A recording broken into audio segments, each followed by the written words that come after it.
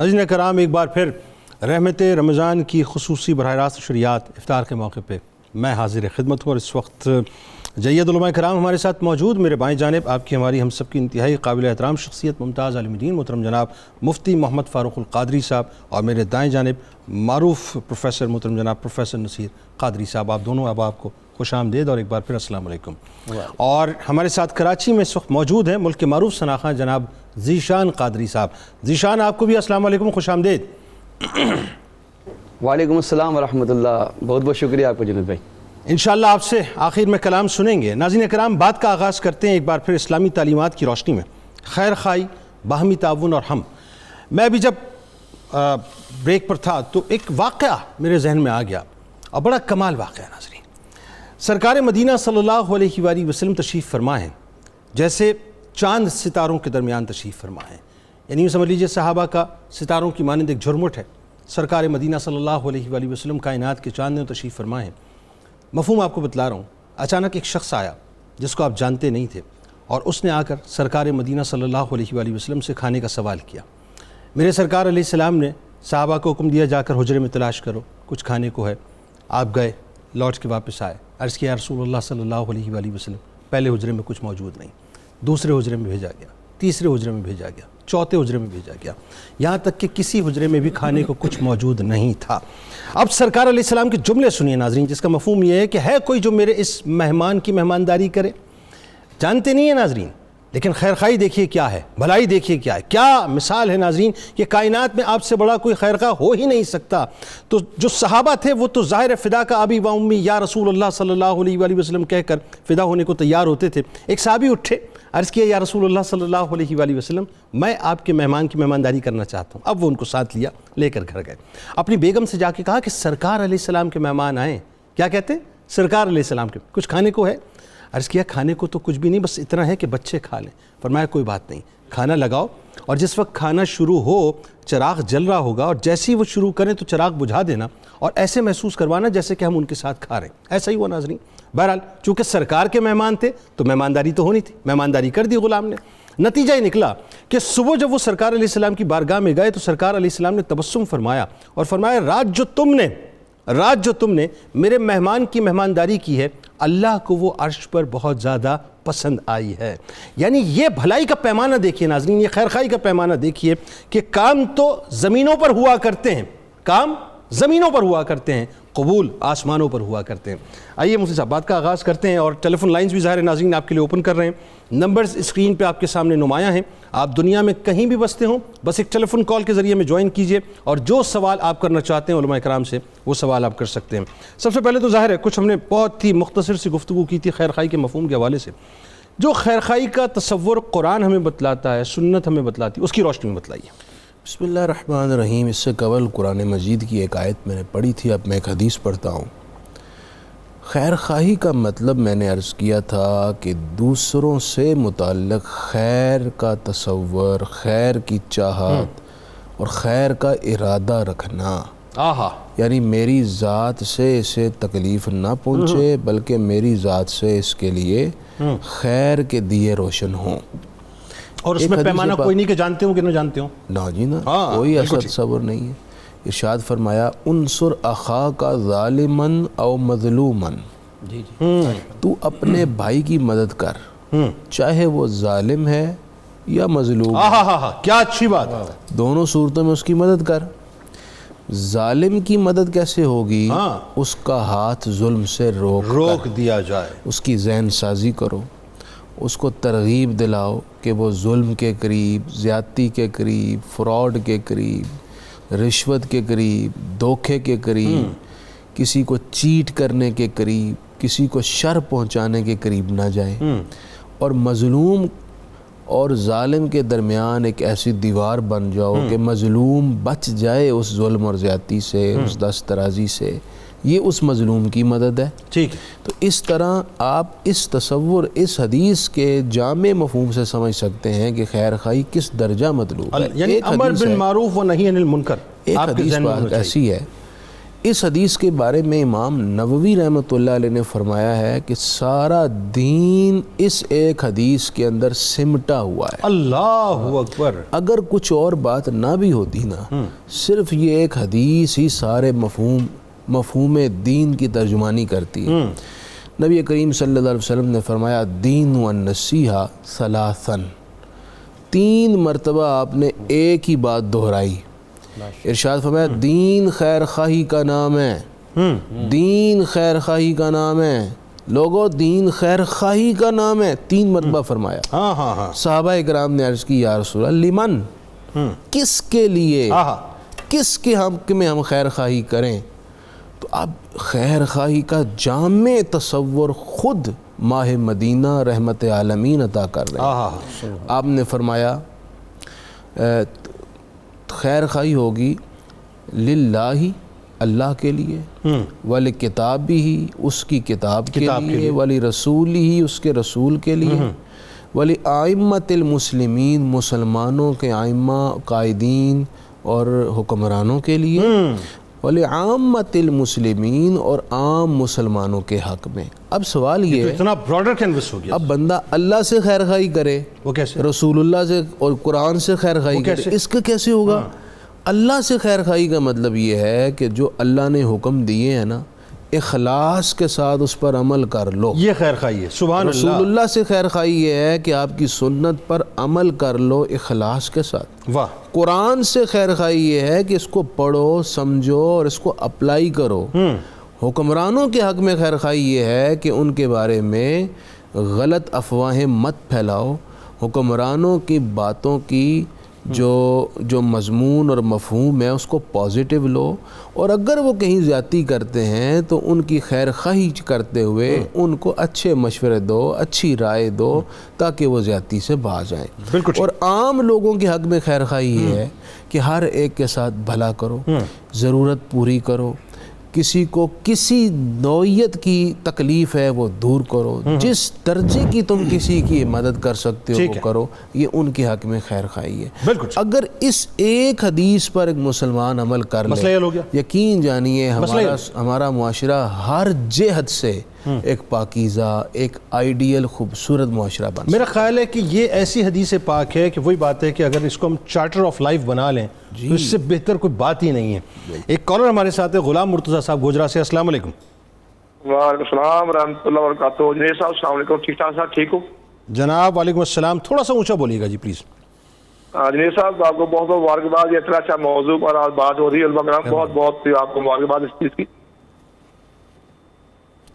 میرا سوال یہ ہے کہ اسلام ہمیں درس دیتا ہے مسلمانوں سے خیر خواہی کرنے کا، تو کافروں کے ساتھ ہمیں اسلام اس بارے ہمیں کیا تلقین کرتا ہے؟ بالکل ٹھیک ہے، آپ کو بتاتے ہیں. بہت شکریہ آپ نے ہمیں جوائن کیا. بہت اچھا سوال ہے آپ کا. اچھا جی، یہ جو پروفیسر صاحب بات مفتی صاحب فرما رہے تھے، میرا خیال ہے اگر اسی کو ہم بنیاد بنا کے گفتگو کو آگے بڑھائیں تو پھر تو کچھ رہ ہی نہیں جاتا. دیکھیں، اللہ سے سنسیئر ہونا، اللہ کے احکامات سے سنسیئر ہونا، رسول اللہ صلی اللہ علیہ وآلہ وسلم کی طریق سے، ان کی سنتوں سے سنسیئر ہونا، کتاب اللہ سے سنسیئر ہونا، بندوں سے سنسیئر ہونا، بھلائی پھر تو ہماری زندگی یہاں بھی بن گئی وہاں بھی بن گئی، کچھ بھی نہیں رہا. فرمائیے. بالکل ایسا ہی ہے. بلکہ میں عرض کرنا چاہوں گا، نبی کریم صلی اللہ علیہ وسلم پر جب وحی نازل ہوئی اور کب کی کیفیت تھی، آپ صلی اللہ علیہ وسلم گھر تشریف لے کے آئے، سیدہ خدیجہ الکبریٰ سے ساری باتیں شیئر کی. انہوں نے آگے آقا علیہ السلام سے کیا کہا؟ آپ فرماتی ہیں یا رسول اللہ گھبرائیے نہیں. انہوں نے سارے کے سارے دین کو، ساری کی ساری شریعت کو 6 جملوں میں مکمل کر دیا، اور وہ سارا کا سارا کیا ہے؟ وہ خیر خواہی اور تعاون کے ساتھ وابستہ ہے. سب سے پہلے جو آپ نے بات کی، آپ کہتی ہیں یا رسول اللہ صلی اللہ علیہ وسلم آپ تو صلہ رحمی کرنے والے ہیں. جو صلہ رحمی کرنے والا ہے اللہ تو اسے کبھی مایوس کرتا ہی نہیں. سبحان اللہ. دوسری بات کہی یا رسول اللہ صلی اللہ علیہ وسلم آپ تو ہیں ہی مہمان نواز. اللہ. یا رسول اللہ صلی اللہ علیہ وسلم آپ تو دوسروں کے بوجھ اٹھانے والے. اللہ اکبر. یا رسول اللہ صلی اللہ علیہ وسلم آپ دوسروں کو کما کے دینے والے. اللہ. اور یا رسول آخری جو بات کی کہا یا رسول اللہ صلی اللہ علیہ وسلم آپ ہر اس سائڈ پہ کھڑے ہوتے ہیں جہاں حق کی بات ہو رہی ہے. ایسے آپ بیواؤں کا سہارا ہیں، مسکینوں کا سہارا ہیں، یتیموں کا سہارا اور ہیں. دوسری بات یہ ہے کہ شاید ہم یہ سمجھتے ہیں کہ شاید خیر خواہی صرف کسی کو پیسہ دینے سے ہی ہے. ایسا نہیں ہے. کسی کو نیک مشورہ دینا یہ سب سے بڑی خیر خواہی ہے. نبی کریم صلی اللہ علیہ وسلم نے کیا خوب فرمایا. آپ صلی اللہ علیہ وسلم نے فرمایا صحابہ کرام ان الجنت الجنۃ یشتاق علی خمسۃ اشخاص، تم اللہ سے جنت مانگتے ہو، یا رسول اللہ جنت مانگتے ہیں، ہمارا حق ہے اللہ سے جنت مانگے۔ آپ نے کیا فرمایا؟ حضور فرماتے ہیں تم اللہ سے جنت مانگتے ہو، چلو آؤ آج میں تمہیں بتاؤں 5 ایسے بندے ہیں وہ اللہ سے جنت نہیں مانگتے، اللہ کی جنت کہتی ہے یا اللہ یہ 5 بندے مجھے عطا۔ اللہ اللہ اللہ، وہ کون ہے بھائی بتائیے؟ وہ 5 بندے مجھے، اس سے سارا کا سارا سسٹم اس کے اندر موجود ہے، بتائیے وہ تو کون؟ صحابہ کرام کے اندر یکدم شوق پیدا ہوا، حضور وہ کون سے ہیں؟ حضور علیہ السلام فرمایا اولہم تال القرآن، ان میں سے سب سے پہلا جو ہے قرآن کی تلاوت کرنے والا، ٹھیک ہے، حافظ اللسان، دوسرا وہ ہے جو یعنی اب دیکھیں یہاں قطع کلام یہاں پہ 1 بائی 1 چلتے ہیں، یعنی جو قرآن کی تلاوت کرنے والا، اس کا مطلب وہ جو حدیث مبارکہ مفتی صاحب نے بیان مفتی صاحب نے فرمایا کہ وہ جو مطلب اپنا خیر خواہی قرآن کے ساتھ کرے گا، کتاب اللہ سے کرے گا، کتاب اللہ سے کرے گا، بالکل قرآن کی تلاوت کرنے والا، ٹھیک ہے۔ پھر ارشاد فرمایا حافظ اللسان، جو اپنی زبان پہ پہرا دینے والا ہے، ہاں، زبان کی حفاظت کرنے والا ہے، یعنی وہ آخر میں بات آ گئی کہ لوگوں کے ساتھ بہتر وہ آخری کی بات آ گئی۔ حضور تیسری بات کون سی ہے؟ شاید ہم میں سے کسی بندوں میں یا 5 میں سے کوئی ایک آ جائے۔ حضور علیہ الصلوۃ والسلام نے فرمایا مطعم الجیان، تیسرا بندہ وہ ہے اللہ کی جنت جس کا انتظار کرتی ہے بھوکے کو کھانا کھلانے والا۔ اللہ اکبر، اللہ، یہی بھلائی ہے، وہی بھلائی ہو، یہی وہی لوگوں کی بات آ گئی آخر میں، وہی بات ہے۔ حضور چوتھا بندہ کون سا اللہ کی جنت جس کا انتظار کرتی ہے؟ آقا علیہ الصلوۃ والسلام نے فرمایا لوگوں کے عیبوں پہ پردہ ڈالنے والا۔ یہ پھر لوگوں کی بات آ گئی، پھر وہی بات ہے، لوگوں کے عیبوں پر پردہ ڈالنے والا۔ حضور 5واں کون سا ہے؟ حضور علیہ السلام نے فرمایا من صلی علی حبیب الرحمن، جو حضور علیہ السلام پہ درود پڑھنے والا۔ اللہ اکبر، بات تو ختم ہو گئی نا، پھر تو قصہ ہی ختم ہو وہی بات آ گئی جو قبلہ نے کہا ولی رسول ہی، واہ واہ واہ واہ، الدین النصیحہ، کس کس کے لیے؟ اس میں سے ایک بات کیا ہے؟ ولی رسول ہی، جو حضور صلی اللہ علیہ وسلم کی ذات سے وابستہ ہوتا ہے۔ یعنی کیسی تطبیق آ گئی بات، بالکل تطبیق آ ٹھیک ہے جی۔ اسی سوال سے شکر ادا کرنے کا طریقہ؟ شکر ادا کرنے کے کئی طریقے ہیں، ایک ہے زبان سے شکر ادا کرنا اور ایک ہے اپنے اعضاء سے شکر ادا کرنا۔ زبان سے شکر ادا کرنے کا مطلب ہے اللہ تعالیٰ کی جو نعمت استعمال کی، آپ کہیں الحمدللہ، سبحان مالک تیرا شکر ہے، یہ شکر ہے۔ اعضاء سے شکر یہ ہے کہ آپ کا دل اس کی نعمت مل جانے پر اس کے حضور عجز سے جھکا ہو اور آپ کے جسم کے اعضاء اس کی فرما برداری میں یوز ہو رہے ہوں، یہ دونوں طرح کا شکر مل کر دراصل ہوتا ہے کامل شکر۔ اللہ اکبر۔ اچھا، اب جو سوال آیا غلام مرتضیٰ صاحب کا کہ خیرخواہی مسلمانوں کے ساتھ تو ہے، کیا خیرخواہی کافروں کے ساتھ بھی کرنی چاہیے، غیر مسلموں کے ساتھ بھی کرنی چاہیے؟ بالکل کرنی چاہیے۔ وہ ہمارے نبی صلی اللہ علیہ وسلم رحمۃ للعالمین، اللہ اکبر، حتیٰ کہ مکے والوں نے آپ کے خلاف جنگیں کی، جی جی جی جی، لیکن جب وہ قحط میں مبتلا ہوئے تو سرکار کریم علیہ السلام نے غزاؤں کے اونٹ بھر کے ان کے لیے بھیجے۔ اللہ اکبر۔ اس لیے کرنا ضروری ہے کہ مسلمان کی زبان کی خیرخواہی، اس کے عمل کی خیرخواہی، اس کے کردار کی خیرخواہی دیکھ کر کافر کا دل اسلام کی طرف سبحان مائل اللہ۔ ہو بلکہ اس میں ایک اور چیز وہ ہے بھی کہ اس دائرۂ امن و عافیت میں آ جائے۔ واہ، بلکہ وہ ایک چیز اور بھی ہے نا مفتی صاحب اس میں کہ ابو سفیان رضی اللہ تعالیٰ عنہ اس وقت تک ایمان نہیں لائے تھے، جب قحط پڑا تو سرکار علیہ السلام کی بارگاہ میں آئے، سرکار علیہ السلام نے دعا کے لیے دست مبارک کو دراز کیا تو وہاں پہ بارشیں ہونے لگی اور قحط ختم ہو گیا۔ بالکل ٹھیک۔ ناظرین ہمارے ساتھ رہیں، آپ کی کالز بھی انشاءاللہ شامل کرتے ہیں، اور خیرخواہی کے حوالے سے، بھلائی کے حوالے سے جو اکابرین کے بڑے حسین سے واقعات ہیں وہ انشاءاللہ مفتی صاحب سے ہی پوچھیں گے، پروفیسر صاحب سے ہی پوچھیں گے، آپ کی کالز بھی انشاءاللہ شامل کریں گے۔ لیکن اس کے پیرل ایک اور صفت ہے، جہاں خیرخواہی ہے وہاں پر شرخواہی بھی تو ہے نا۔ ہم لوگوں کو زجر کرتے ہیں، لوگوں کو تکلیف دیتے ہیں، غیبتیں کرتے ہیں، چغلیاں لگاتے ہیں، بہتان بازی کرتے ہیں، پتہ نہیں کیا کچھ کرتے ہیں، اس پہ بھی کلام کریں گے۔ یوں جاتے ہیں اور لوٹ کے واپس آتے ہیں۔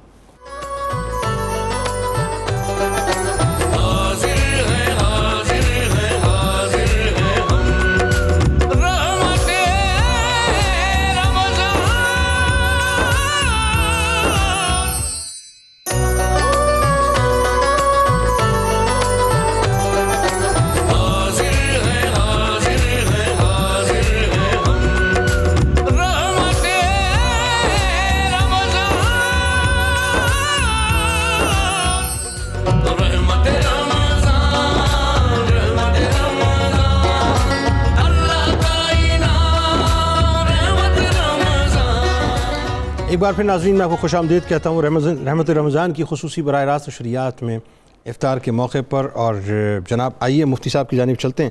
صاحب یہ بتائیے کہ اکابرین امت کے بڑے خوبصورت سے حسین سے واقعات ہیں خیرخواہی کے حوالے سے، وہ کچھ لوگوں کو بتائیے۔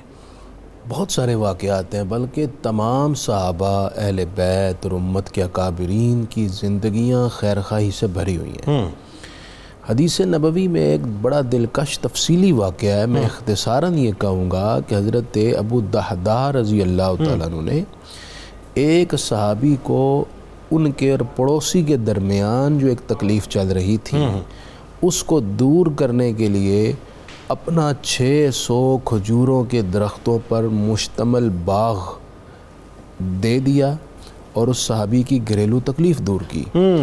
یہ خیر خواہی کا بہت بڑا جذبہ اور عملی نمونہ تھا کہ حضرت جبرائیل امین آئے، اللہ، اچھا، یا رسول اللہ صلی اللہ علیہ وسلم، آپ نے ابو الدحداح سے وعدہ کیا تھا کہ جنت میں ان کو ایک درخت ملے گا اگر وہ اس کی تکلیف دور کر دیں، لیکن اللہ تعالیٰ فرماتا ہے کہ اس نے آگے بڑھ کر خیر خواہی کی کہ اپنے 600 درختوں والا آئیڈیل اور ان کا پسندیدہ باغ تھا وہ دے دیا، تو اب ہم نے فیصلہ یہ کیا ہے کہ جنت میں 6000 کھجوروں کے درختوں والا باغ ابو الدحداح کو عطا کریں۔ اللہ اکبر، سبحان اللہ۔ حضرت صعصع بن ناجیہ ایک صحابی تھے، دوپہر کے وقت ان کی اونٹنی بھاگ گئی اور وہ اونٹنی قریب تھی کہ وہ اس کا بچہ ہو جائے، وہ اس کی تلاش میں نکلے تو صحرا کے اندر ایک شخص نے ایک جھونپڑی بنائی تھی، وہاں رہتا تھا، وہاں پہنچے، دیکھا میری اونٹنی یہاں ہے، اس سے ابھی اونٹنی کی بات کرنے ہی والے تھے کہ اندر سے ایک خاتون آئی اور اس نے کہا جی آپ کا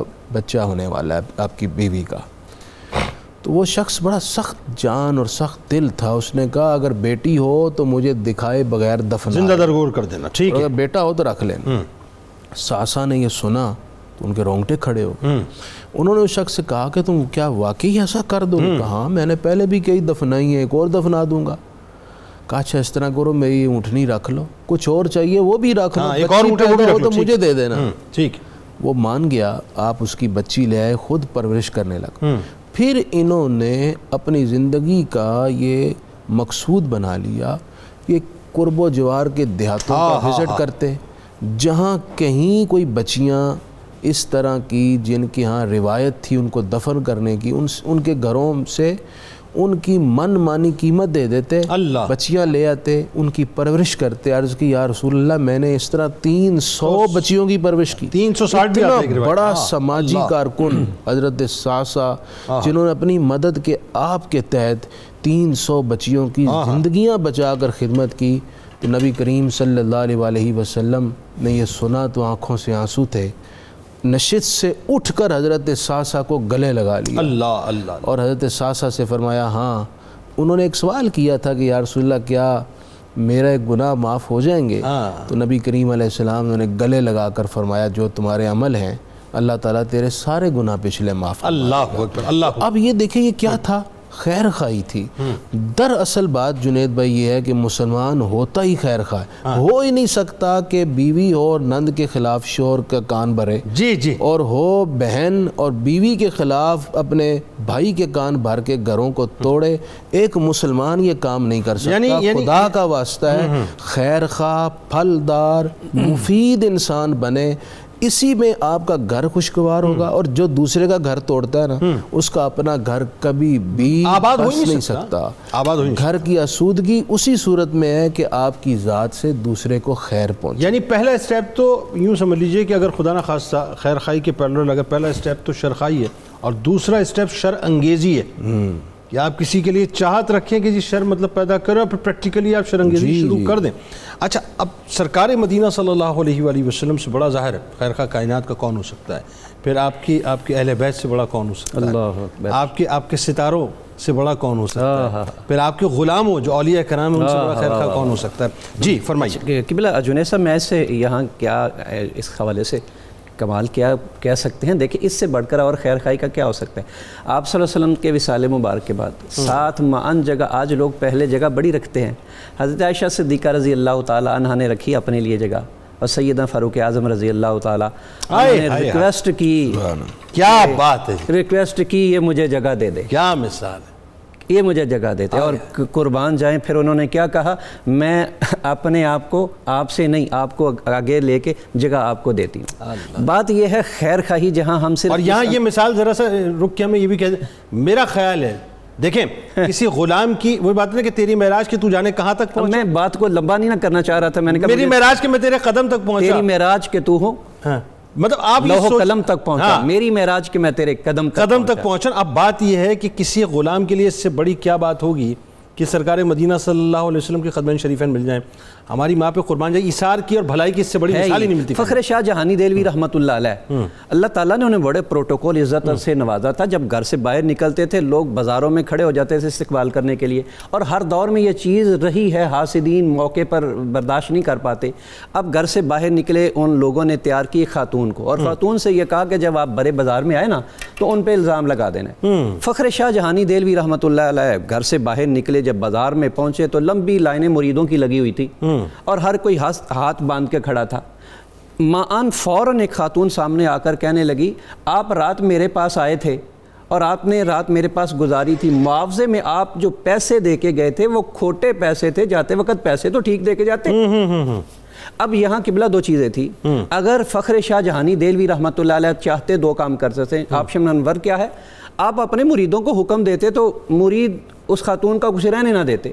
نمبر 2, اگر آپ اپنا خود ڈیفنس کر سکتے تھے, دفاع کر سکتے تھے, کہہ سکتے تھے بھئی خاتون مجھ پہ الزام کیوں لگا رہی ہے, میں نے تو ایسا کیا ہی نہیں. مگر دونوں آپشن استعمال نہیں کیے, نہ مریدوں کو حکم دیا اور نہ ہی اپنا دفاع کیا. کیا کیا, پاکٹ میں ہاتھ ڈالا اور ڈال کر کہنے لگے, اچھا بی بی رات اندھیرا تھا پتہ نہیں چل سکا, ناراض کیوں ہو رہی ہے, یہ لو اچھے پیسے لے لو. اب یہ کہنے کی بات تھی جنید صاحب.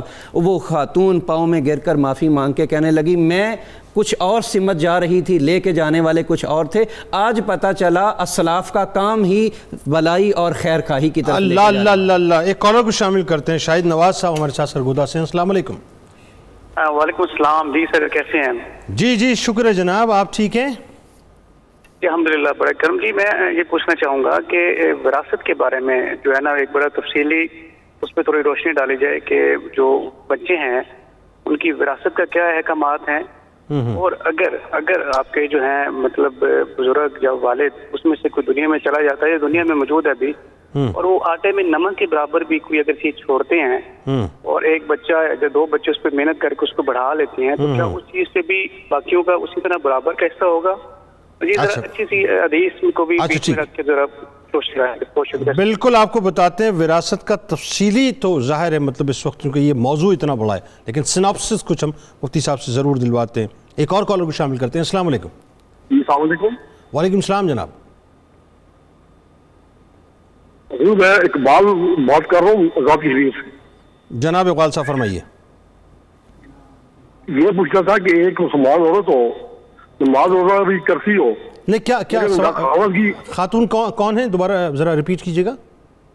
خاوند آپ کی زوجہ ہو, کوئی خاتون ہو کسی کے نکاح میں ہو, نماز روزہ بھی کرتی ہو, لیکن خاوند کی نافرمان ہو, خاوند کی نافرمانی کرتی ہو, خاوند سے بدمانی کرتی ہو. ایک بات اس نے یہ پوچھا کہ کیا کسی شادی شدہ عورت کا بغیر خاوند کی اجازت کے نفلی روزہ ہو جاتا ہے, اور خاوند اس کو اجازت نہ دے تو کیا اس کا نفلی روزہ ہو جاتا ہے؟ خاوند کی اجازت کیا ہو جاتا ہے؟ نفلی روزہ. اچھا ٹھیک ہے, بالکل آپ کو بتاتے ہیں. آپ کا بہت شکریہ, آپ نے ہمیں جوائن کیا. پہلے تو جناب یہ وراثت کے حوالے سے کہ بچوں کے لیے کیا حکم ہے, اور دوسرا اگر والدین میں سے کسی ایک نے بہت ہی کوئی تھوڑی سی رقم چھوڑی اور بعد میں یہ بھائیوں نے اس کو ایکسپلور کر دیا ہو, تو کیا ایک سرٹن ٹائم کے بعد پھر بھائیوں کا بہنوں کا اس میں حصہ ہوگا کہ نہیں؟ جی وراثت کے احکام بڑے سخت ہیں, اور افسوس کی بات یہ ہے کہ جتنے یہ سخت احکام ہیں اتنی ہی زیادہ ہماری سوسائٹی کے اندر اس حوالے سے ڈھیل ہے, سستی ہے اور غفلت ہے, بلکہ زیادتی ہے. یہ بھی خیر خواہی کے اب زمرے میں بات آ جائے گی, کے زمرے میں آئے گا کہ دیکھیں اول تو ہوتا ہے اس طرح سوسائٹی میں ایسے اچھے گھرانے بھی ہیں جو اللہ سے ڈرتے ہوئے وراثت پوری تقسیم کر دیتے ہیں, چاہے بہن ہیں بھائی ہیں سب ہیں, لیکن ایسے دل خراش بھی سوسائٹی میں کثرت سے واقعات ہے. ٹھیک ہے کہ بہنوں کو تو سرے سے حصہ دیا ہی نہیں جاتا, انہیں یہ کہا جاتا ہے وہ تمہاری شادی نہیں کرا دی تھی, تمہیں جہیز نہیں دیا تھا, تو وہ اس طرح کیا کہ انہیں ٹال دیتے. مطلب وہ جو ہندوستان کے اندر آج تک رسم چل رہی ہے وہی ایگزیکٹلی وہ یہاں پہ اسی کا تسلسل ہے. دوسرا یہ ہے کہ بھائیوں میں بھی بعض اوقات جو طاقتور ہے وہ زیادہ پر قبضہ کر لیتا اور تھوڑا تھوڑا چھوٹے بھائیوں کو دے کر کام مکمل کرتا۔ ایسا نہیں، جو 1 روپیہ بھی کسی کا دبائے گا قیامت کے دن اس کی گردن بڑی بری طرح پھنس جائے گی، حساب نہیں دے پائے گا۔ یہ چند دن کی زندگی ہے، مر جانا ہے، نہ قبر میں الماری ہوگی نہ کفن میں جیب ہوگا، کہیں نہیں لے جا سکتے، وہاں حساب بڑا سخت ہے۔ دوسری بات یہ ہے کہ جو وراثت کے حکام میں، چاہے بھائیوں نے وراثت تقسیم کرنے سے قبل محنت کر کے اس میں اضافہ کر لیا ہو، جب تک وہ تقسیم نہیں ہوتی سب کا حصہ اتنا ہی ہوگا جو شریعت نے مقرر کیا ہے۔ اوکے، یعنی مثال کے طور اور آسان کر کے والد نے لاکھ روپے چھوڑے اور 10 برس کے بعد بھائیوں نے اس کو 1 کروڑ روپیہ کر دیا، اب ڈویژن 1 کروڑ روپے پہ ہوگی، 1 کروڑ پہ ہوگی۔ وہ یہ نہیں کہا جائے گا کہ چونکہ میں نے محنت زیادہ کی ہے، میں نے اضافہ کر دیا ہے اس میں، تو لہٰذا اس میں میرا اکثر حصہ ہے۔ دوسرا سوال جو آپ نے، دوسرا سوال یہ کہ یہ جو عورت نافرمان ہو جاتی ہے اور نافرمانی سے جو اس کو کیسے بچایا جائے، پھر نفلی روزہ جو ہے وہ کیا وہ یا نفلی عبادات جو ہیں وہ شوہر کی اجازت کے بغیر کر سکتی؟ دیکھیں، عورت نافرمان ہو جائے نا تو اس کی ذہن سازی کرنی چاہیے۔ سب سے زیادہ ضروری ہے صبر۔ اگر آپ جلد بازی میں فیصلہ کر کے اسے چھوڑ دیتے ہیں تو اس بیچاری کی زندگی بھی خراب ہوگی، آپ کو بھی بعد میں بہت افسوس ہوگا۔ صبر کے ساتھ گھر کو آباد رکھیں، عورت کو برداشت کریں، ذہن سازی کرتے رہیں، سمجھاتے رہیں۔ ہمارے نبی صلی اللہ علیہ وسلم نے ہمیں یہی سکھایا ہے کہ عورت کی تخلیق جس پسلی سے ہوئی ہے وہ ٹیڑھی ہے، تم سیدھا کرنے کی کوشش کرو گے ٹوٹ جائے گا، یہ رشتہ قائم نہیں رہے گا۔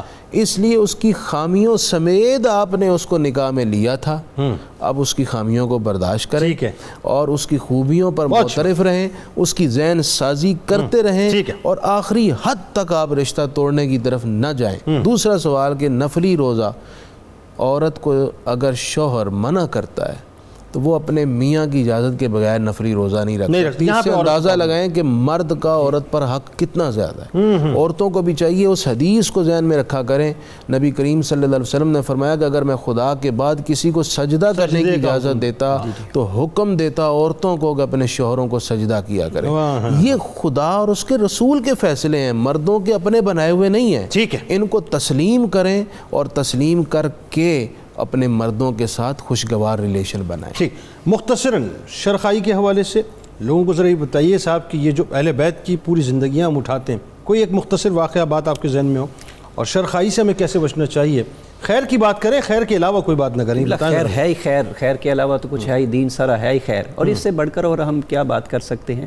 یوں میں کہنا چاہوں گا، دین شروع سے لے کر ڈے فرسٹ سے لے کر آپ اس انداز کو لے کے چلیں، ہم مسلمان اتنے اہم ہیں، اور جب اسلام نے ہمیں اتنا رستہ دیا ہے کہ جب تم قبرستان سے گزرو، یہ مردے ہیں، اہل قبور کو السلام علیکم ورحمۃ اللہ علیہ کہو۔ اچھی بات۔ جب مردوں کو السلام علیکم کہنا وہاں ضروری ہے تو ہم زندگیوں میں جو زندہ ہیں ان کو السلام علیکم پھر کیوں نہیں کہہ رہے ہوتے؟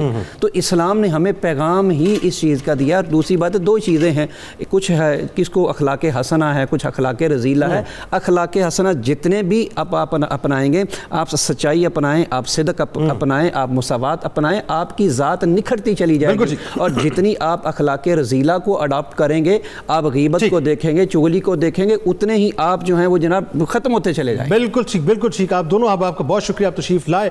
بس ناظرین، میرے سرکار نے فرما دیا، وہ حق ہے، وہ سچ ہے کہ خیر الناس من ينفع الناس، بہترین انسان وہ ہے جس کا وجود انسانوں کے لیے مفید ہو۔ مفید بن جائیے، کسی کو تکلیف دینے والے نہ بنے۔ آئیے کراچی چلتے ہیں، لیکن مجھے اجازت دیجیے اس دعا، اس امید، اس یقین کے ساتھ کہ اللہ تعالیٰ آپ کا، ہمارا، ہم سب کا حامی و ناصر ہو۔ انشاءاللہ زندگی رہی تو سحری میں آپ سے دوبارہ ملاقات کروں گا۔